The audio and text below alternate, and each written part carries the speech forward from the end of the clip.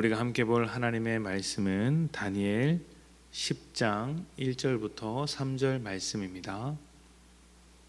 바하사 왕 고레스 제3년에 한 일이 벨드사살이라 이름한 다니엘에게 나타났는데 그 일이 참되니 곧 큰 전쟁에 관한 것이라.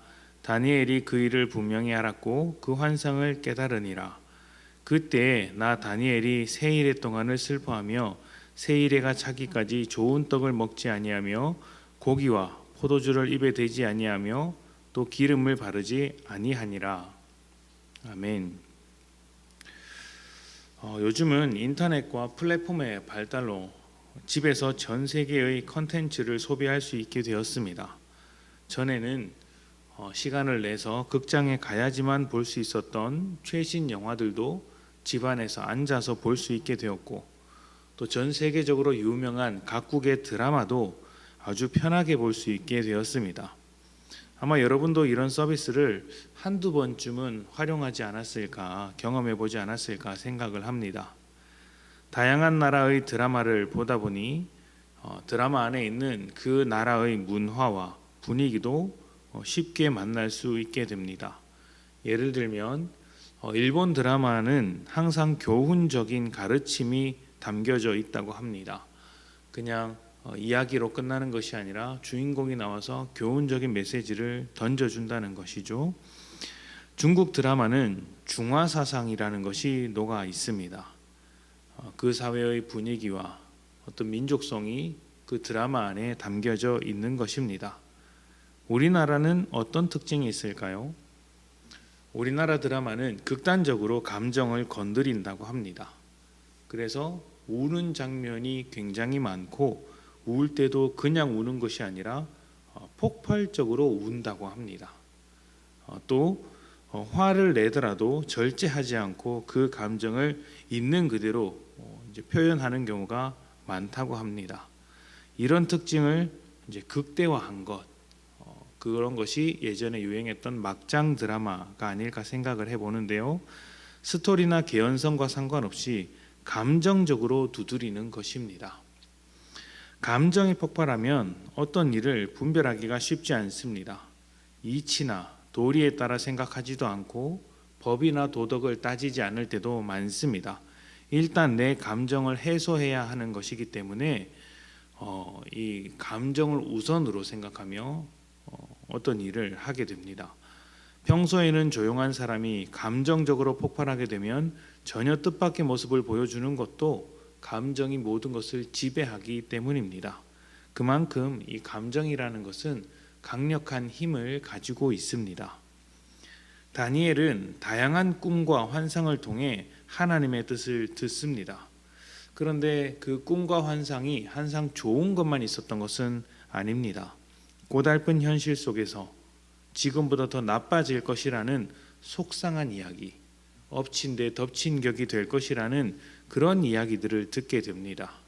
물론 그 속에는 곡식이 무르익었을 때까지 기다리는 하나님의 계획이 있지만, 그럼에도 그 무르익는 기간까지는 고난의 길이 있기 때문에, 어려움의 길이 있기 때문에 그 길을 걸어야 하는 사람 입장에서는 마음을 추스르기가 쉽지는 않는 것이죠. 오늘 말씀도 그렇습니다. 고레스 3년에 이스라엘은 포로 생활을 마치고 자기 땅으로 귀환합니다.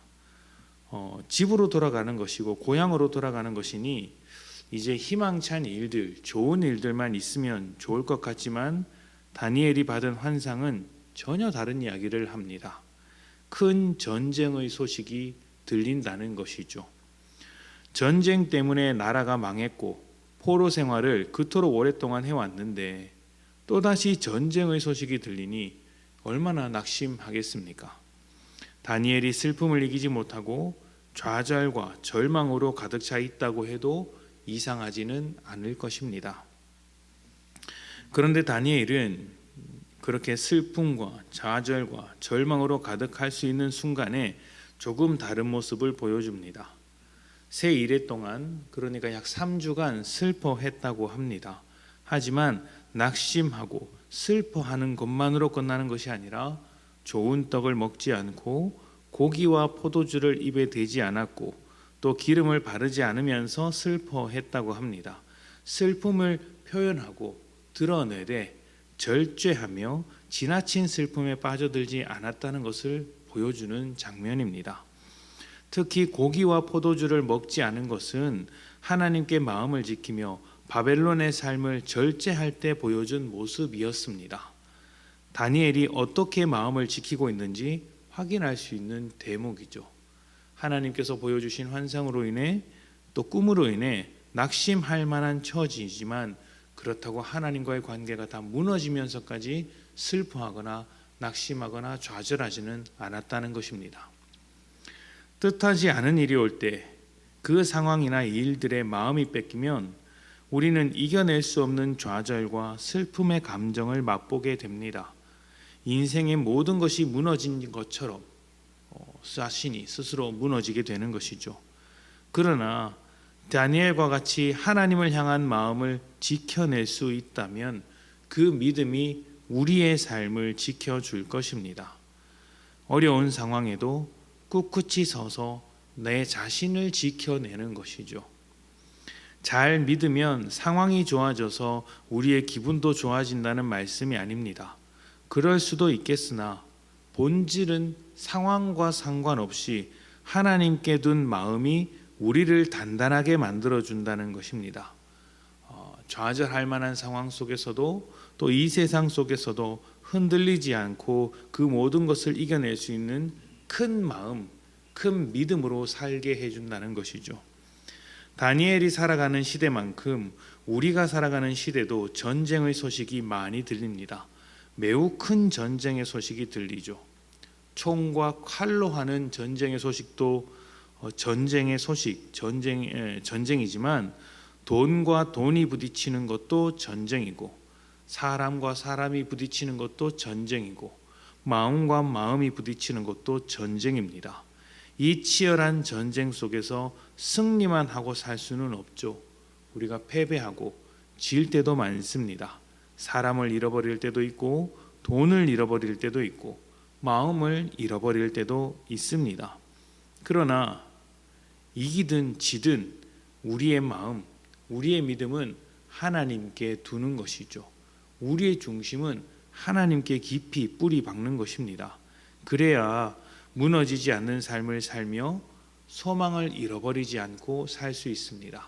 환경과 세상에 소망이 있는 것이 아니라 하나님께 소망이 있기 때문에 그분에게 초점을 맞추고 살아가는 것이죠.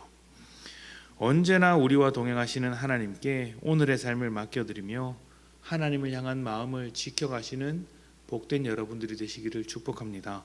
그렇게 하나님을 향해 마음을 지킬 때 그 믿음, 그 마음이 또한 여러분의 모든 것을 지켜낼 것입니다. 함께 기도합시다.